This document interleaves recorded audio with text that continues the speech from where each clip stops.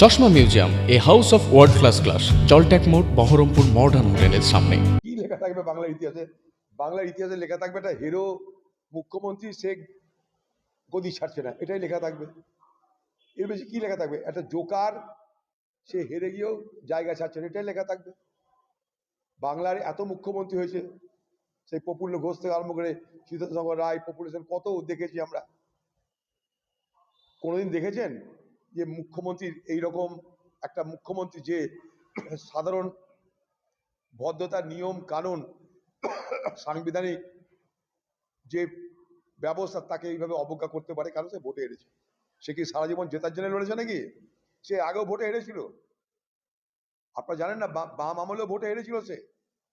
সে MP টিকিটে ভোটে হেরেছিল এর আগে। অর্থাৎ হারা তার কাছে নতুন কিছু নয়। কিন্তু এটা গদি চলে যাচ্ছে।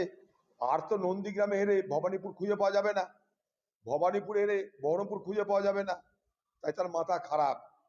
ক্ষমতায় থাকতে গিয়ে খোকাবাবুকে নিয়ে অনেক বড় সাম্রাজ্য তৈরি করব, আমি হব সাম্রাজ্ঞী, খোকাবাবুর রাজকুমার।